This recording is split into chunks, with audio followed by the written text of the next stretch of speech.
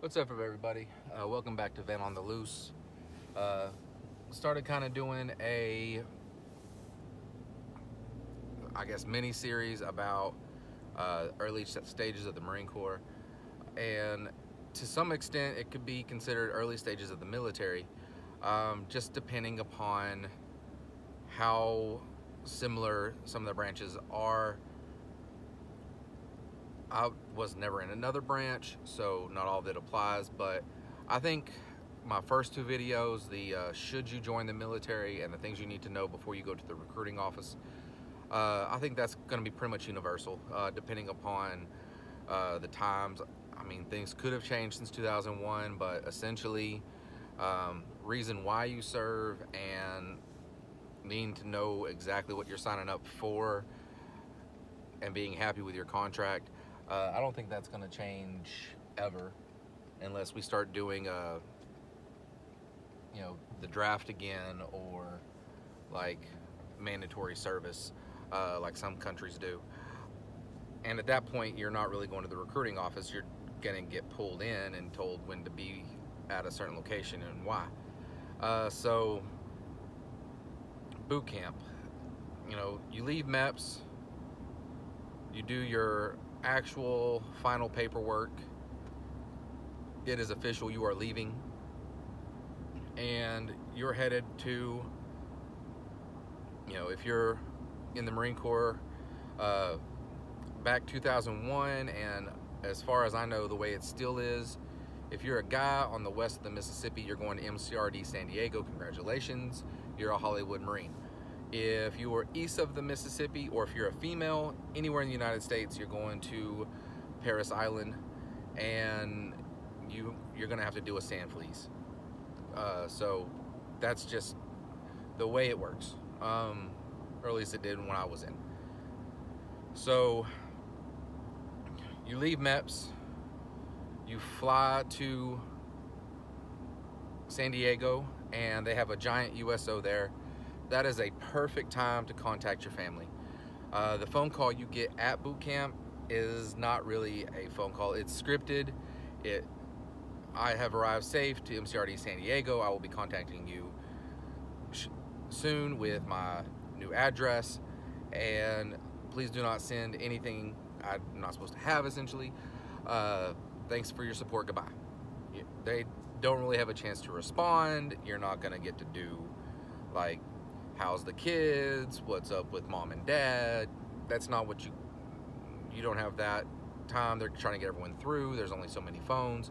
And that's why I say use the phones at the USO.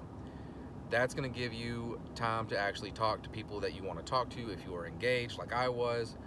Um, don't do that. Dear John letters and just bad choices all around.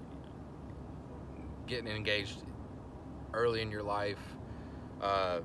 Hopefully it will work out for you. I got a Dear John letter, so it worked out in the end. But you can talk to your wife, your kids. We have people that I was in boot camp with that already had a wife and kids, so gives you a chance to really say, hey, I won't be able to talk to you for 3 months. I'll be writing you letters. Be safe. If anything happens that I need to know about, that's an emergency, contact the command and they'll get me a Red Cross letter. So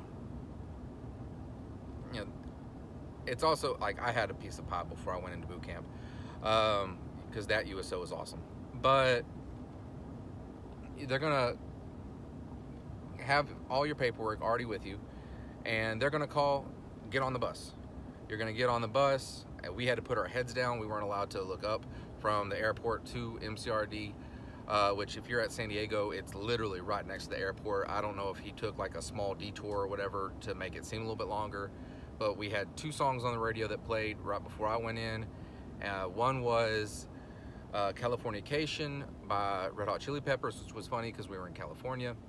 And then the other one was Destiny Child, I'm a Survivor, which is funny because we were about to go into boot camp and you were going to think, hey, I'm not going to be a survivor. They're trying to kill me.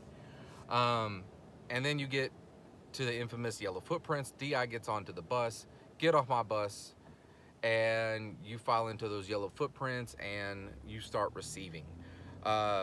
Receivings where they get you all your gear that they're going to issue. They take away anything that, except for like your money, your watch, your Bible, stuff like that. That's gonna go in something that's you're gonna keep with you. Everything else you took with you, including your clothes, are gonna go in a box, and they are gonna be locked away until you graduate. That's just part of it. They don't want you having stuff you're not supposed to have. I don't know how they do with cell phones. In the modern day Marine Corps, we didn't have cell phones back in the day. At least not many people did. So it wasn't really something that we had to worry about.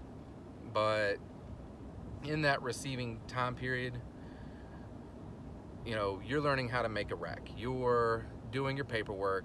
They're, you know, kicking people out who lied on their paperwork, who did drugs on their way, you know, prior to getting there. And it happens, you know, people are immature, they're young, stupid kids, and if they're a pothead, you know, hey, this is my last time to light up before I get to boot camp, and then they drug test, you get caught, and you go home. No military career for you. Sorry about your bad luck. And it's really your first taste of the military. You don't actually have your drill instructors yet. You have receiving drill instructors. I was homesick. I'm not gonna lie. I was homesick. I was second guessing my commitment to what I was doing. I talked to the drill instructor. The receiving drill instructor is a little bit more approachable than the one that you're gonna drop into a platoon with. And he said, man, you're gonna get through this. You're just gonna have to toughen up and help me through that situation. I was nervous, I was scared, never been that far away from home before, and it was a culture shock, you know? So, sorry about the sun, driving to a meeting. But that receiving was a culture shock, and, you know, if I had any advice to give to you for going to receiving from my experience, don't take a bunch of stuff with you, because most of it's going to get thrown away.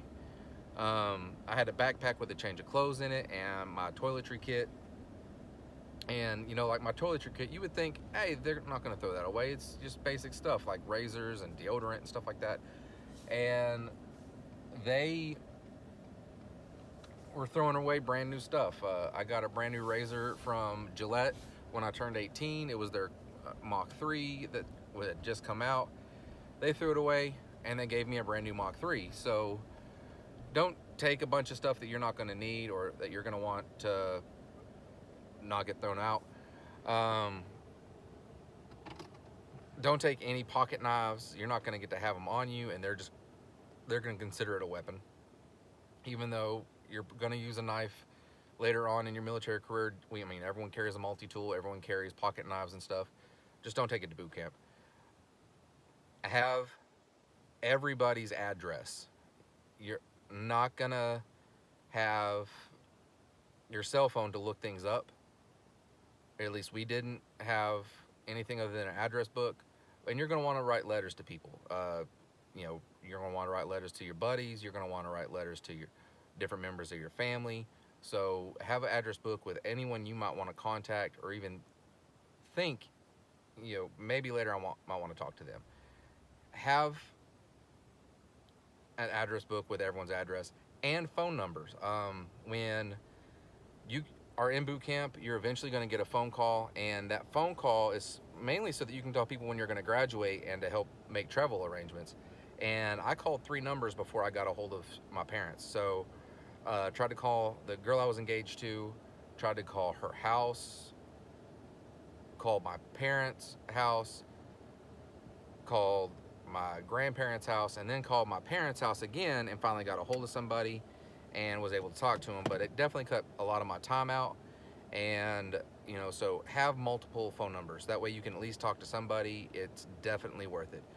But that's my, you know, advice for receiving, and kind of give you some information. If you found it helpful, give me a thumbs up. Make sure you hit the subscribe button down below, and we'll talk to you again about at least the first phase of boot camp. So that's Van on the Loose, and we'll talk to you again later.